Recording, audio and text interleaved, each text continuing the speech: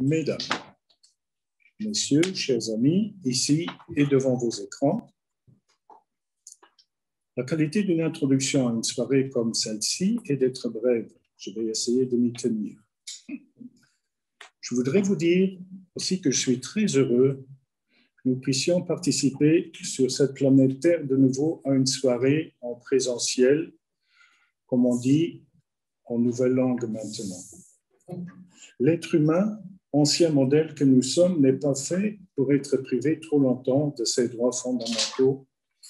Et cela non pas à cause des droits, mais parce que les droits doivent permettre des comportements sociaux qui sont essentiels à notre espèce. Donc, raison de se réjouir ce soir en remerciant les organisateurs, le Comité pour une paix juste au Proche-Orient et le parti Die-Linke. Et un grand merci également aux responsables de Altrimenti qui rendent cette soirée possible.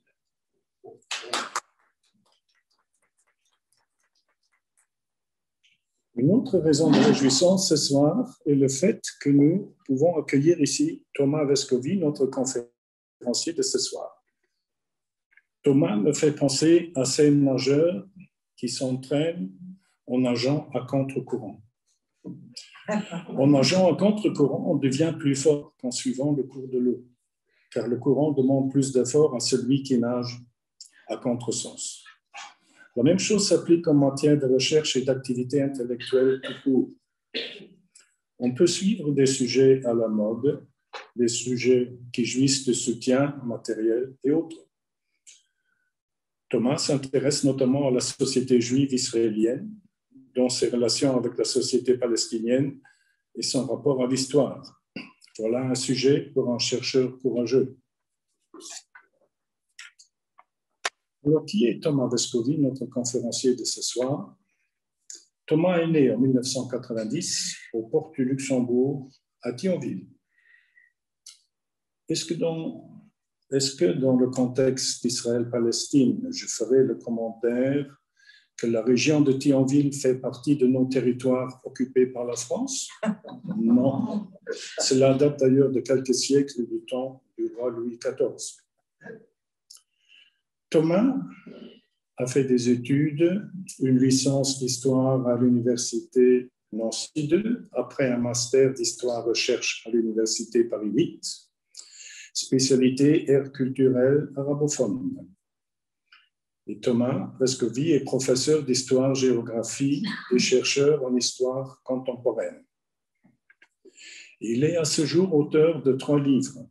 Le premier, Bienvenue en Palestine, en 2014. Le deuxième, La mémoire de la Nakba en Israël, en 2015.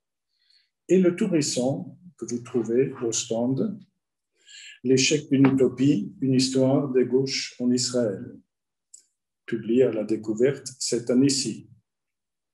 Il collabore également avec des publications comme Le Monde diplomatique, Middle East Eye, L'Orient le jour et d'autres. Et maintenant, la parole est à toi, Thomas, pour nous parler d'un sujet qui nous intéresse tous à plus d'un titre, L'échec d'une utopie, une histoire des gauches en Israël. Merci beaucoup. Vous avez trouvé toutes ces informations-là. Vous avez fait une enquête. Hein.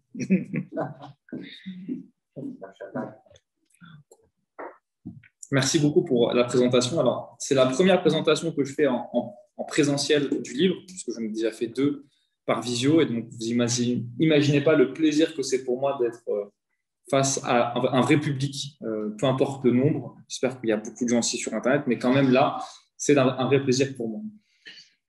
J'aimerais commencer juste par revenir au point de départ du livre. En 2015, donc, sort mon livre « La mémoire d'un Nakba en Israël ». Je vais pouvoir réaliser une 40aine de présentations. Et systématiquement, j'ai été interrogé sur les raisons qui empêchent la gauche laïque et pacifique de revenir au pouvoir en Israël. Et face à cette question, il y a en règle générale 2 types de réponses qui sont formulées. La première consiste à dire qu'on ne peut pas être sioniste et de gauche, point final, question suivante.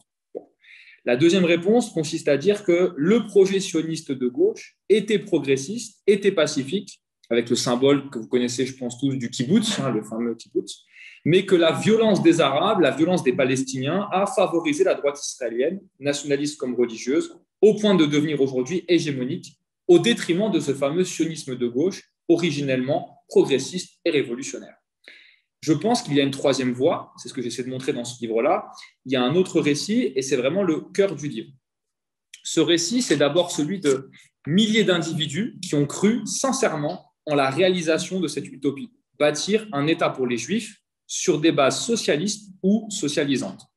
C'est cette dynamique intellectuelle qui a animé les premiers groupes de jeunes pionniers qui sont arrivés en Palestine au début du XXe siècle et ont fondé les premières formes de société collectiviste. Pour eux, pour ces jeunes-là, leur projet était par essence de gauche. Il n'y avait pas de débat sur ça. Premièrement, ils étaient victimes de racisme en Europe, Europe de l'Est comme Europe de l'Ouest, l'affaire Dreyfus, les pogroms dans l'Empire russe. Donc, le fait de vouloir se libérer de l'antisémitisme faisait qu'ils étaient naturellement antiracistes. Pas de débat sur ça. Deuxièmement, ils arrivent dans une région, le Proche-Orient, où la population est surtout paysanne et où le marxisme et le socialisme n'ont pas ou très peu pénétré.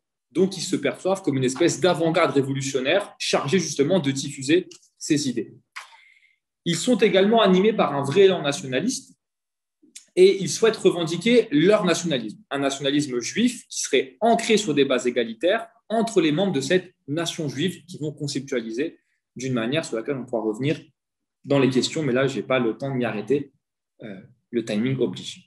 Mais en tout cas, il y a cette idée dans ce sionisme de gauche que l'émigration en Palestine, l'arrivée en Palestine pourra transformer ce juif européen qui est en Europe victime d'antisémitisme en un espèce de nouveau juif, travailleur, proche de la terre et motivé par la création d'une société de progrès. Ceux qui vont alors s'opposer à ce projet-là sont vus soit comme des antisémites, soit comme des alliés, des réactionnaires, antirévolutionnaires, etc. Il en va de même concernant la question coloniale. Les sionistes de gauche sont persuadés d'être de vrais anticolonialistes. Ils arrivent dans une terre qui est, selon eux, occupée par l'Empire ottoman, puis par les Britanniques, et donc ils veulent arracher à ces forces-là l'indépendance de la Palestine. Donc pour eux, ne leur parlez pas de colons, ils se pensent comme de vrais anticolonialistes.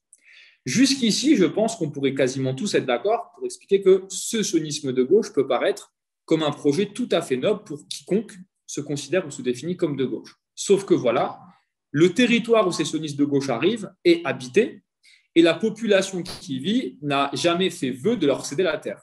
D'où le premier contexte conflictuel. Dans les années 1920-1930, vous avez toute une série d'affrontements violents et meurtriers entre la population arabe de Palestine et cette communauté juive, sioniste de gauche compris. Pour ces sionistes de gauche, il n'y a toujours pas de débat forcément à avoir sur leur présence là-bas. D'abord, ils restent persuadés que leur projet est émancipateur. Pourquoi ? Je le répète, ils se perçoivent comme les principales victimes du racisme. Donc, dès lors qu'eux vont se libérer du racisme, c'est émancipateur. Ceux qui veulent affronter ça sont forcément des gens qui sont alliés des antisémites et qui ne veulent pas que les juifs puissent se libérer.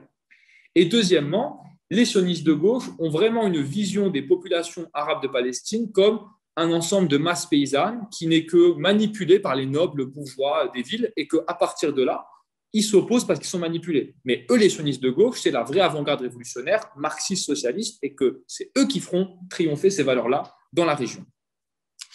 Mais quand même, cela va provoquer de nombreux débats parmi certains groupes, et je dis bien certains groupes, sionistes de gauche, à savoir finalement quelle relation on veut avoir avec cette population arabe. On ne va pas tous les expulser, on ne va pas tous les tuer, ce n'est pas possible, donc il faut bien trouver un terrain d'entente. Pour le dire avec un vocable plus socialisant, est-ce qu'on cherche à tracer une alliance de classe sociale ou une alliance communautaire? Ou encore plus marxiste, disons, est-ce qu'on est marxiste ou est-ce qu'on est nationaliste? Parce que les deux choses ne sont pas pareilles. À cette réponse, vous allez avoir deux formations politiques qui vont se créer avant même la création d'Israël et qui nous montrent un petit peu déjà la division. Le premier groupe s'appelle le Mapai, ça se crée en 1930, et c'est une union de différentes tendances du sionisme de gauche pour qui l'essentiel est la fondation d'un État juif sur la terre de Palestine. Ziv Sternel, l'historien israélien, expliquait que le Mapai, en fait, c'est des nationalistes juifs, ils veulent juste créer un État, mais ils vont enrober leur idée de socialisme pour être bien vus, pour trouver un terrain d'union entre les gens, les travailleurs, etc. Mais au fond, ils sont profondément nationalistes. Ce Mapai, ce parti sioniste de gauche, va réussir à prendre en main complètement le mouvement sioniste, au point que c'est son dirigeant, David Ben-Gourion, qui, le jour de l'indépendance d'Israël, le 14 mai 1948, lit cette fameuse déclaration d'indépendance. Mais à l'inverse, il y a un autre groupe qui va se créer. On revient un peu en arrière, 1919, on est 2 ans après la révolution russe, et vous avez un certain nombre de Juifs qui sont arrivés en Palestine dans ce cadre sioniste de gauche, mais qui, pour eux, ça ne colle pas à l'idée. L'idée d'être en conflit avec la population locale, de coloniser, ça ne colle pas pour eux. Il y a un problème. Et ils vont trouver dans l'international communiste, lié à la création de l'URSS, etc., un terrain, un espace politique pour justement faire exprimer leur idée. C'est la formation du premier parti communiste de Palestine qui va, jusqu'en 1948, se diviser en différents groupes, puis finalement s'unir en 1948 dans un seul parti qui s'appelle le Maki. Je le dis comme ça, mais je pense qu'en hébreu, on dit plutôt Machi, mais en tout cas, on va dire Maki, c'est plus simple à prononcer pour moi. Parti communiste israélien, donc pas d'Israël, parti communiste israélien. Pour ces militants communistes-là, l'alliance doit être faite sur une base de classe sociale, pas communautaire, et surtout doit primer avant tout les idées marxistes et non pas les idées nationalistes, parce que sinon on va arriver à un terrain de conflit et de guerre. Sauf que cette gauche juive, elle peut s'affirmer comme marxiste, comme les communistes le font, ou comme sioniste mais révolutionnaire, comme le font les sionistes de gauche. Pour la population palestinienne, c'est quasiment tous des colons, puisqu'ils viennent malgré tout pour conquérir la terre et installer un État sans avoir demandé l'avis des populations locales. Le moment décisif sur lequel on peut s'arrêter, à mon avis, c'est 1948, expulsion de 800 000 Palestiniens, une injustice qui est faite à tout un peuple, et ça marque la naissance d'Israël. Sauf qu'en 1948, toutes ces gauches-là, communistes comme sionistes de gauche, se retrouvent unies. Pourquoi ? Parce que d'abord, premièrement, on sort de la Seconde Guerre mondiale. Génocide des Juifs, il y a un sentiment de devoir prendre une revanche sur l'histoire. Il y a vraiment, même au sein des groupes communistes, cette idée que la première guerre israélo-arabe, on ne se bat pas forcément contre un adversaire, on se bat pour notre existence. On se bat vraiment pour faire exister cette population juive parce qu'elle a été profondément victime en Europe de tout ce qu'on connaît et d'un génocide. Deuxièmement, le soutien de l'URSS à cette création d'Israël fait que les sionistes de gauche, comme les communistes d'ailleurs, n'ont aucun doute sur le fait que leur projet est, du bon côté de l'histoire, est profondément révolutionnaire. Si ce n'était pas révolutionnaire, l'URSS ne soutiendrait pas. Ça leur paraît logique. Troisièmement, les armées qui attaquent ce nouvel État d'Israël qui vient d'être créé sont toutes des armées liées à des régimes monarchistes ou réactionnaires arabes. Et donc, ça renforce l'idée pour les sionistes de gauche, comme les communistes, qu'ils sont bien du bon côté de l'histoire. Que les populations arabes locales, soit elles se soumettent à ce projet émancipateur et révolutionnaire, soit elles sont expulsées, elles s'en vont. Il n'y a pas forcément de débat sur cela. Pour que vous compreniez bien ce que j'explique là, je vais citer le journal L'Humanité, qui, le 15 mai 1948, sous la plume du député communiste Flory Monbonte, écoutez bien ce qu'il écrit. La lutte que mène le peuple juif sur le territoire de la Palestine est liée à la lutte qui se déroule sur d'autres points du globe.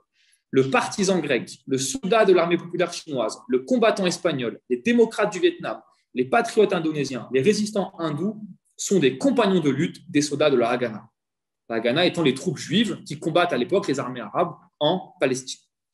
Alors, est-ce que les militants de la gauche israélienne étaient simplement d'effroyables colons, incapables de la moindre empathie envers cette population palestinienne ? C'est évidemment bien plus compliqué que ça. En 1948, toujours, vous avez une organisation qui s'appelle le MAPAM, qui essaie de trouver un terrain d'entente. Ils ne sont pas communistes, ils ne sont pas vraiment sionistes de gauche comme le MAPAM qu'on a parlé juste avant, ils essaient de trouver un terrain d'entente entre les deux, une espèce de sioniste de gauche radical, si vous voulez. Le MAPAM, vous allez voir à quel point c'est compliqué pour eux. Eux, ils considèrent qu'on ne peut pas finalement se réjouir de la création d'Israël, je cite, parce qu'en tant que socialistes, nous ne devons qu'avoir honte et être effrayés, puisque en gagnant la guerre et en perdant la paix, je cite toujours, l'État d'Israël, lorsqu'il sera créé, devra vivre sur son épée. Le MAPAM, c'est beau, c'est une belle rhétorique, c'est une volonté de vivre ensemble avec les Palestiniens, sauf qu'en pratique, c'est plus compliqué. Dans les principales zones d'expulsion durant la première guerre israélo-arabe, ce sont des commandants liés au MAPAM qui sont en charge des expulsions. Isaac Rabin, Ali Daïr Hamlé est membre du MAPAM et il expulse. Moshe Carmel, membre du MAPAM, il expulse aussi. On a là toute la contradiction de ce sionisme de gauche qui à la fois prétend vouloir créer des bases de fondation commune avec les Palestiniens, mais qui, quand il arrive, entre guillemets, face à un moment conflictuel, se range immédiatement du côté sioniste et n'hésite pas à expulser ou en tout cas à réprimer et à opprimer une population. Au lendemain de 1948, vous avez trois tendances de cette gauche israélienne qui se mettent en place. La première tendance, la tendance travailliste, qu'on connaît aujourd'hui avec le fameux parti travailliste, est profondément nationaliste juif, sioniste, avec un certain folklore socialiste. Il y a toujours la tradition du 1er mai, les couleurs rouges vives, etc. Mais au fond, leur idée centrale, c'est que cette terre de Palestine nous appartient. On s'est défendu en 1948, on a gagné la guerre, maintenant il n'y a plus de débat à avoir. Si les Palestiniens veulent vivre avec nous, ils se soumettent à notre choix parce qu'on est les plus forts, on est les vainqueurs, entre guillemets. La deuxième tendance, que j'ai appelée le MAPAM, qui aujourd'hui est liée à un parti qui s'appelle le Meretz, sur lequel on viendra un peu plus tard, eux, c'est vraiment une espèce de gauche radicale sioniste. Ils veulent créer un État juif, mais sur des bases profondément socialistes. En 1948, par exemple, le MAPAM explique que leur avenir, c'est l'URSS. Il y a cette idée d'être sioniste, mais vraiment pro-soviétique. Et leur idée centrale à eux, c'est de dire que, OK, on a gagné la guerre, l'État juif, c'est un projet émancipateur, mais que maintenant, on a un devoir de protéger les populations palestiniennes qui sont restées en Israël. Pour eux, ils sont restés, ils n'ont surtout pas été expulsés, c'est plutôt ça le bon vocabulaire employé, puisque quand Israël se crée, on a 150 000 Palestiniens qui sont dans cet État. Donc, il y a l'idée de créer une espèce de société judo-arabe, mixte, etc. Mais ça va être plus compliqué par la suite. La troisième tendance, qu'on appelle la gauche non sioniste, donc liée surtout au Parti communiste israélien, qui aujourd'hui peut être incarnée dans ce qu'on appelle la liste unie ou unifiée. Ceux qui suivent un petit peu la politique israélienne, sur laquelle on reviendra à la fin de la conférence, savent de quoi je parle. Pour cette gauche non sioniste-là, il y a l'idée qu'on s'est défendu en 1948, mais le projet tel qu'il a été créé n'est pas juste finalement. Parce qu'on a expulsé beaucoup de monde, on ne peut pas accepter ça, et maintenant il faut trouver un terrain pour régler ce conflit, pour que l'Israël puisse être intégré à la région. Le second moment qui me paraît décisif, c'est 67. Vous le savez, en 67, guerre des 6 jours, Israël parvient à conquérir les 22% restants de la Palestine. Et à ce moment-là, on a vraiment un bouleversement en Israël pour plusieurs raisons. La première, c'est que, alors que dans le monde entier, quasiment toutes les gauches ont compris que le colonialisme n'était plus quelque chose de progressiste ou quoi que ce soit, ils se sont quasiment tous rangés à peu près dans une démarche, disons, anticolonialiste, ou en tout cas d'émancipation des peuples, d'autodétermination des peuples. Eh bien, en Israël, c'est la gauche sioniste qui est au pouvoir et qui colonise. C'est-à-dire qu'au moment où la colonisation n'a plus aucun caractère positif dans le monde occidental, démocrate, comme vous voulez, la colonialité d'Israël est à son paroxysme, clairement. Deuxièmement, au niveau économique, la France, ceux qui suivent un petit peu ça, l'histoire française le savent, en 67, condamne la conquête des territoires palestiniens et Israël est contraint de changer de principal partenaire puisque les États-Unis vont remplacer la France dans cette espèce d'alliance au Proche-Orient. Cela va accélérer l'entrée d'Israël dans l'économie de marché et le camp capitaliste et va profondément bouleverser l'économie israélienne au point que les kibboutz, par exemple, deviennent une espèce d'aberration dans ce territoire israélien qui devient complètement libéralisé, capitaliste, etc. Il faut savoir que les kibboutz, par exemple, n'ont jamais été un projet rentable. Ils s'étaient maintenus à flot artificiellement parce qu'Israël voulait avoir cette vitrine de kibboutz à montrer au monde entier. Après 67, c'est quasiment terminé. Les kibboutz, ce n'est pas qu'ils vont se débrouiller, mais entre guillemets, l'économie devient tellement libéralisée qu'on n'a plus les moyens au niveau de l'État de financer à perte ces territoires-là. Troisièmement, le moment qui est aussi important en 67, c'est le changement de mentalité. La victoire sur les armées arabes va vraiment amener un espèce d'élan messianique, un espèce de retour religieux en Israël. J'en veux pour preuve, il faut voir cette image, cette photo des généraux Moshe Dayan et Yitzhak Rabin liés au sionisme de gauche, très peu connus pour leurs pratiques religieuses juives et qui, lorsqu'ils entrent dans la ville de Jérusalem, sont émus aux larmes, profondément émus aux larmes. On a vraiment un retour du sentiment de toute puissance et de volonté de montrer qu'en fait, cet État juif, c'est vraiment imposé par la force et qu'on a vraiment réussi à tout reprendre entre guillemets. Le 14 juin 67, par exemple, vous avez 250 000 Israéliens qui vont se presser au mur des lamentations pour la fameuse fête juive de Shavuot. Dès lors, ce qu'il faut comprendre, c'est qu'avec tout cet élan messianique, cette euphorie juive, quel dirigeant israélien pouvait prétendre sincèrement être prêt à rendre ces territoires aux Palestiniens? Quasiment aucun. Au lendemain de cette guerre de 67, différents éléments vont se mettre en place en Israël et vont accélérer encore plus le bouleversement que j'essaie d'expliquer. Le premier, c'est la question des Juifs orientaux. Le premier, c'est la question des Juifs orientaux. Peut-être certains le savent, la gauche sioniste perd le pouvoir pour la première fois en 1977. La droite israélienne est profondément portée d'abord par les camps religieux et aussi par la population juive orientale qui est arrivée en Israël dans les années 50-60 et qui a profondément été humiliée, discriminée par cette gauche sioniste au pouvoir. En gros, si vous voulez, ces populations sont arrivées en Israël, on leur a dit c'est l'État pour les Juifs. Eux, ils ont toujours vécu une judéité religieuse avec une tradition de judaïsme du monde arabe. Et quand ils arrivent là, on leur explique qu'en fait, non, être juif, c'est pas ça. C'est d'abord être juif du point de vue libéral, du point de vue européen. Et on va leur imposer un nouveau mode de vie, des discriminations, tout un ensemble de choses qui fait qu'encore aujourd'hui, dans certaines familles juives orientales en Israël, il y a un profond sentiment de rancœur envers la gauche israélienne. Et c'est ce qui explique notamment leur soutien énorme à la droite israélienne. 77 donc, vous avez l'arrivée au pouvoir de la droite, portée notamment par ces fameux juifs orientaux.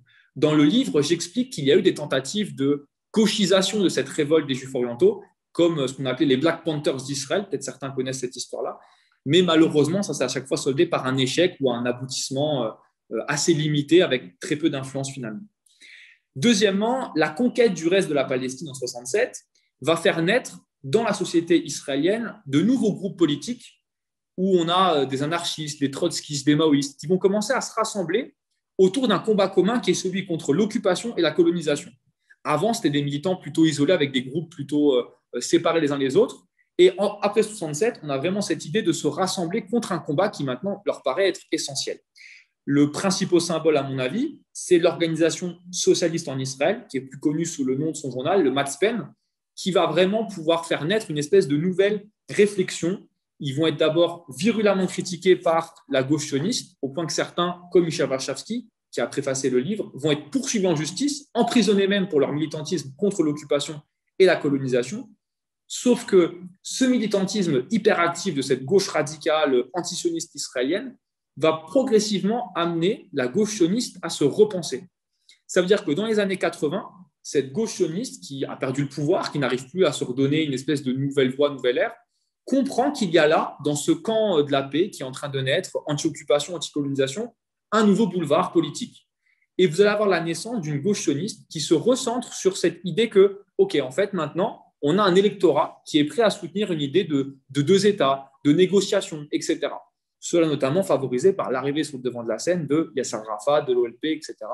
Je ne refais pas l'histoire, je pense que certains la connaissent bien, mais on pourrait revenir dans les questions si vous le voulez. Donc, cette gauche sioniste-là se recentre, et c'est notamment ce qui va amener par la suite l'arrivée au pouvoir de Yitzhak Rabin avec le processus d'Oslo, sur lequel je reviens tout de suite. Le troisième point important dans ces années 70-80, c'est la question des Palestiniens d'Israël, ce qu'on appelle les Palestiniens de l'intérieur ou de 48, comme vous voulez. De 48 à 66, cette population-là était sous un gouvernement de régime militaire, un gouvernement d'exception. Ils étaient quasiment obligés au silence. Ils ne pouvaient pas méditer politiquement de manière autonome sans avoir la tutelle d'un parti juif avec eux, dont notamment le Parti communiste israélien. Au lendemain de 67, il y a vraiment cette idée que maintenant on veut porter une parole autonome, on veut s'engager politiquement. Et surtout, il y a l'idée d'une nouvelle génération de montrer les contradictions en Israël. Israël se prétend État démocratique, on a la citoyenneté, sauf que nos droits ne sont pas du tout égaux avec ceux des citoyens juifs. Et ça, on veut le démontrer, on veut le dénoncer. Donc on a vraiment plein de facteurs qui bouleversent la société israélienne. On arrive donc aux années 90 et ce fameux processus d'Oslo. Dans le livre, je reviens assez longuement sur les questionnements au sein de la gauche sioniste. Est-ce qu'on doit négocier avec Arafat? Est-ce que les Palestiniens sont des partenaires fiables, etc. Je parlais également beaucoup de l'évolution d'Yitzhak Rabin, qui était pourtant, vous le savez, vous l'avez entendu, principal commandant des expulsions en 48, commandant de l'armée israélienne en 67, et qui pourtant est celui qui va serrer la main à Yasser Arafat, qui était désigné 15 ans auparavant comme un terroriste avec qui on ne discute pas. J'aimerais juste là, pour la conférence, revenir sur l'explication qui est donnée par Uri Avneri, qui est le premier Israélien à avoir rencontré Yasser Arafat, ancien député, électron libre du camp de la paix, et qu'on ne peut évidemment pas désigner comme un antisioniste, puisque c'était plutôt quelqu'un qui était électron libre, qui a voté, quand il était député, l'unification de Jérusalem dans une seule ville et capitale d'Israël, donc on ne peut pas l'accuser d'être quelqu'un de profondément anti-israélien. Uri Avneri explique l'échec d'Oslo de cette manière. Il dit que dans le camp de la paix, il y a toujours eu une division entre ce qu'il appelle l'aile sentimentale et l'aile politique. L'aile sentimentale, il explique Avneri, était majoritaire. C'était en gros le parti travailliste, la grande partie du sionisme de gauche. Cette aile sentimentale était surtout focalisée sur des questions internes à Israël. Ils étaient préoccupés par des questions morales. Ils s'inquiétaient surtout de leur image qui était donnée d'eux à l'étranger. Les Palestiniens, pour l'aile sentimentale, ne servaient uniquement qu'objet de mise en valeur de leur image morale et n'ont jamais été considérés comme des partenaires égaux pour qui il fallait prendre en considération leurs aspirations et leurs volontés politiques. À l'inverse, explique Avnéry, l'aile politique, qui était minoritaire et surtout liée au Meretz, ou en tout cas à la gauche antisioniste ou non-sioniste, considérait, elle, dès le début, que la paix devait passer par une prise en compte réciproque des aspirations, des sentiments et des craintes du peuple palestinien, et que seule une compréhension mutuelle des deux pouvait parvenir à la paix entre Israéliens et Palestiniens. Ainsi, dès que Rabin arrive au pouvoir en Israël en 1992 et que le processus d'Oslo se met en place, l'aile sentimentale se met en veille. On arrête de militer. On a gagné les élections, maintenant c'est bon, c'est facile et on n'a plus qu'à laisser faire le pouvoir. Là où l'aile politique, eux disent, mais non, vous vous trompez, il faut continuer à militer, à faire des manifestations pour faire pression sur les travaillistes, pour s'assurer qu'ils vont aller au bout du processus. Et puis, vous le savez, arrive en 1995 l'assassinat de Rabin, seconde intifada palestinienne en 2000, bien plus militarisée, ça va profondément traumatiser les Israéliens. Et dans ce contexte-là d'année 2000, j'aimerais m'arrêter sur un élément du livre aussi, qui est une interview qui a été donnée par Gabi Leski, qui était la secrétaire générale de La Paix Maintenant, là encore, pas du tout quelqu'un d'antisioniste, évidemment. La Paix Maintenant, c'est vraiment le symbole de la gauche sioniste pacifique israélienne, c'est la plus grande organisation qui existe encore aujourd'hui. Gabi Leski explique dans les années 2000 pourquoi est-ce que son organisation a été aussi incapable, pendant la seconde intifada, de relancer un mouvement pour la paix. Elle dit qu'il y avait dans son camp, donc dans ses militants, une sincère incompréhension de la révolte palestinienne. Elle dit on n'a pas compris pourquoi ils se révoltaient. Cette incompréhension, selon elle, résulte de deux choses. La première, comme je l'ai dit, la gauche juive sioniste en Israël était persuadée que l'arrivée au pouvoir de Rabin et le processus d'Oslo allaient amener la paix. Il n'y avait plus forcément à s'inquiéter. Il fallait juste combattre la droite qui était belliqueuse, etc. Mais que nous, c'est bon. Rabin va faire tout ce qu'il a promis et ça va amener la paix. Mais elle explique que ça, c'était aussi lié à un deuxième point. C'est l'ignorance profonde de ce sionisme de gauche du quotidien des Palestiniens. Elle explique que pour eux, pour le sionisme de gauche, il y avait l'idée que les deux peuples négociaient, presque d'égal à égal. Il n'y a absolument pas la compréhension qu'en fait, non, il n'y a pas d'égalité. Il y a un colon, un colonisé, un occupant et un occupé. Elle explique que son camp était incapable de percevoir l'urgence du peuple palestinien, massivement emprisonné, humilié et harcelé quotidiennement par l'armée et les colons. Chaque jour, ils voyaient leurs terres un peu plus accaparées. Et donc, pour eux, quand on leur dit un nouveau cycle de négociation va arriver dans 1 ou 2 ans, ce n'est pas possible. Non, non. Là, il y a une urgence pour nous vitale. Si la société juive israélienne a d'abord été équitablement, dans les années 90, partagée entre l'idée de 2 États ou plutôt l'idée de pas d'État du tout, au lendemain de l'échec d'Oslo, avec la seconde intifada et surtout le retournement de veste des travaillistes, puisque en 1999, les travaillistes reviennent au pouvoir avec un monsieur qui s'appelle Ehud Barak, qui, paradoxe oblige, ce monsieur est élu en promettant de revenir dans les négociations, alors même que c'était l'un des principaux travailliste à s'opposer au processus d'Oslo. Donc, en fait, il revient au pouvoir, il va complètement détruire le processus d'Oslo, il va encore faire pire puisqu'il va même quasiment anéantir le camp de la paix, on pourrait revenir dans les questions si vous le voulez, mais tout ça va faire une succession d'éléments qui font que les travaillistes vont progressivement s'orienter vers finalement une acceptation de la colonisation, de l'occupation. Encore aujourd'hui, la leader travailliste Merav Michaeli, qui a été la candidate du Parti travailliste aux élections de mars dernier, explique que la colonisation doit se poursuivre dans certains territoires et que l'occupation ne pourra jamais s'arrêter totalement parce que l'armée israélienne doit rester présente dans certains lieux de Cisjordanie et autour ou proche en tout cas de la bande de Gaza. Ce qu'il faut comprendre, c'est qu'à Oslo, Yitzhak Rabin n'avait pas en tête de mettre en place un État palestinien. Arafat et beaucoup de Palestiniens y ont cru.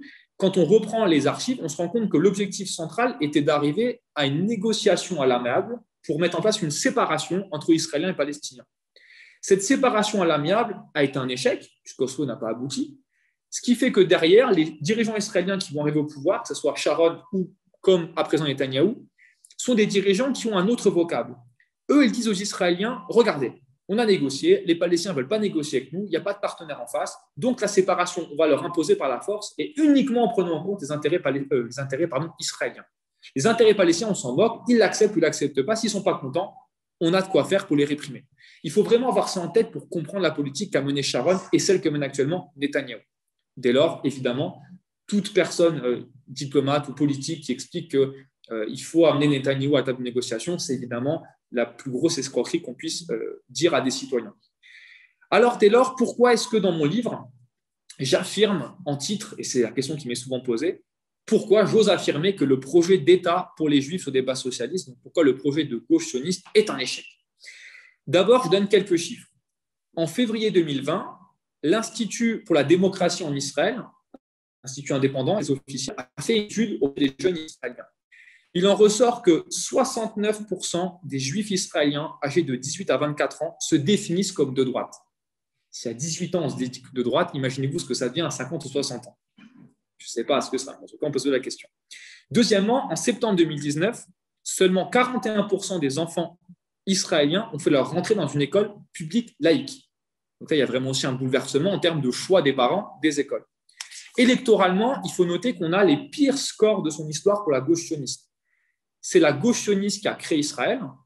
Ils avaient 71 députés de gauche en 1949. Aujourd'hui, 72 députés sur les 120 que compte la Knesset sont clairement de droite. Comprenez que même les centristes, je ne les compte pas dedans. Les centristes, on peut dire qu'ils sont peut-être centristes, il ne faut pas en débattre. Les 72 que je parle sont tous de droite. Il n'y a pas de débat. Droite, extrême droite, pas de problème sur ça. La gauche sioniste a obtenu 7 députés en 2020 et 13 à présent. Ils en ont eu 13 et ils ont fait la fête. Ce n'est pas une blague, hein, d'accord? Au point qu'ils étaient contents parce qu'ils étaient menacés de quasiment même plus être à la Knesset. Ils en ont eu 13 pour des raisons sur lesquelles je pourrais revenir.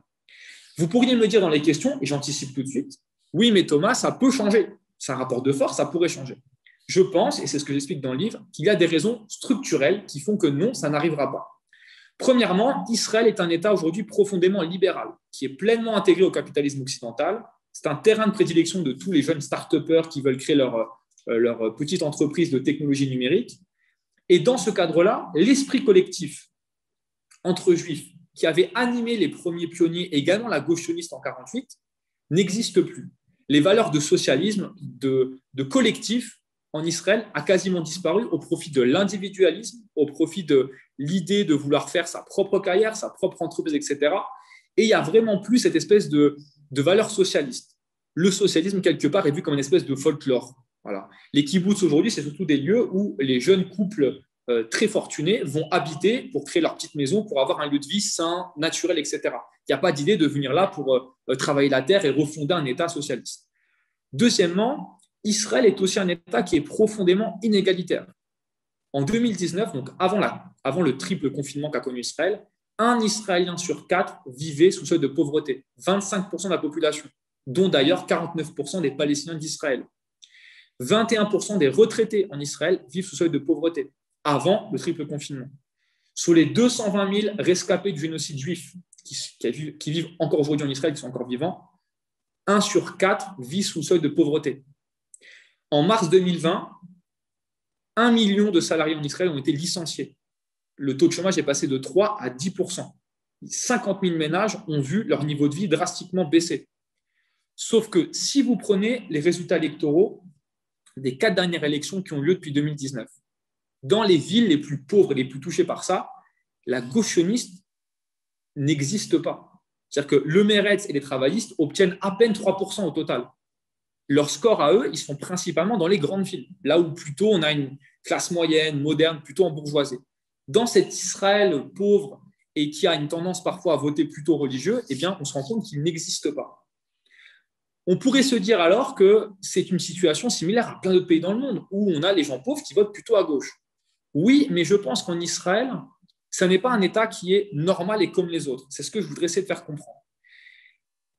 Vous avez d'abord en Israël une hiérarchie des valeurs qui est, à mon sens, différente de ce qu'on a dans certains pays en Europe. Pour expliquer ça, il faudrait d'abord prendre en compte que Israël se prétend l'État des Juifs. Sauf que tant que la judéité n'est pas définie, il y a un problème sous-jacent. C'est-à-dire que les inégalités socio-économiques, la restriction des libertés, les droits des LGBT, l'accès à l'IVG, les droits des femmes, sont autant de valeurs qui sont encore portées aujourd'hui par la gauche sioniste israélienne. Mais pour une partie notable de la société israélienne, plutôt pauvre et religieuse, La question centrale, ce n'est pas celle-là. La question centrale, c'est la défense de l'État juif sur des bases religieuses. Et ça, il faut vraiment réussir à le comprendre. Il y a des études sociologiques qui ont montré qu'en Israël, la question qui revient souvent au niveau des élections, c'est évidemment la question socio-économique, mais pas celle qui est menée par la gauche. On estime qu'en Israël, il faut un homme fort, il faut quelqu'un qui connaît le pays. Et quand Netanyahou, par exemple, parvient à faire venir autant de vaccins, c'est un symbole en Israël que, regardez, en fait, on a bien raison. La gauche sioniste, c'est le passé, c'est des mous. Au niveau sécuritaire, ils ne sont pas très bons.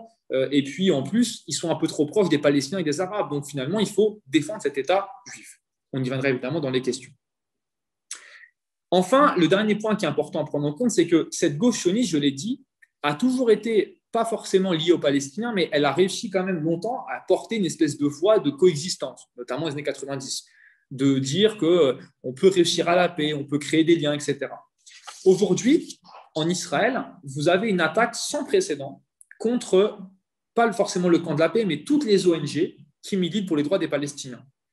Face à ces restrictions de liberté, la gauche sioniste est quasiment absente. Elle n'ose même plus les défendre publiquement, tellement il y a une offensive de la droite en Israël, ce qui fait que forcément, en allant uniquement sur un terrain sioniste qui est de dire oui, nous aussi, on est de gauche, mais on défend aussi l'État des Juifs, on défend aussi le sionisme, etc., ça favorise forcément la droite parce que la droite peut dire regardez, même la gauche sioniste ne défend même plus la fin de la colonisation de l'occupation, ils sont d'accord avec ça. Donc finalement, plus de différence. Et ce qui fait que fondamentalement, en Israël, quand vous rencontrez les ONG, etc., il n'y a plus cette tradition de défense mordicus de la gauche sioniste, parce qu'ils expliquent que même en Israël, la gauche sioniste maintenant, il n'y a plus forcément de défense de nos intérêts. Donc, traditionnellement, ça veut dire que cette gauche sioniste-là se coupe d'une partie de son électorat traditionnel, qui était avant le camp de la paix, les ONG, etc. Il y a une rupture entre les deux qui fait que je pense que structurellement, ça devient de plus en plus compliqué. Aujourd'hui, et je terminerai par ça, il y a à mon sens deux issues. Et ce n'est pas un truc que je fais, c'est un constat que je pose. Parce que souvent, dans les interviews que j'ai eues, on me dit « Ah oui, donc en fait, vous dites qu'il faut faire ça. » Non, je ne dis pas ça. Je dis que c'est un constat que je pose. Moi, je ne suis pas membre de la gauche israélienne, je fais un constat. Le premier, c'est que cette gauche sioniste peut continuer à considérer que ce qui compte en premier, c'est le sionisme et donc la défense d'un État juif. Même sous une forme soft, comme je l'ai lu récemment dans le journal Le Monde, quelqu'un qui expliquait que la gauche sioniste peut exister en ayant un soft sionisme, je ne sais pas ce que ça veut dire, mais cette personne y croit. Mais dans ce cas-là, il me semble que les valeurs de gauche vont continuer à perdre en influence parce que si on se base sur le terrain de la défense de l'État des Juifs, même socialiste si vous voulez, la droite ainsi que le centre me paraissent beaucoup plus à même de parler de ça aux Israéliens et en tout cas, ils sont beaucoup plus audibles. Pourquoi ? Parce que quand on va sur ce terrain-là, on arrive sur un autre terrain qui n'est pas celui de socialisme ou libéralisme ou droit des Palestiniens ou pas droit des Palestiniens. On arrive sur un terrain qui est État religieux ou État laïque. Et sur ce terrain-là, on se rend compte que c'est actuellement le centre israélien qui a fait de la laïcité vraiment son fer de lance, les mieux placés pour gagner. Au point que la gauche, depuis maintenant 2 ans, et on se rend compte que ça ne fait que progresser, ne sert plus que comme une espèce de variable d'ajustement gouvernemental.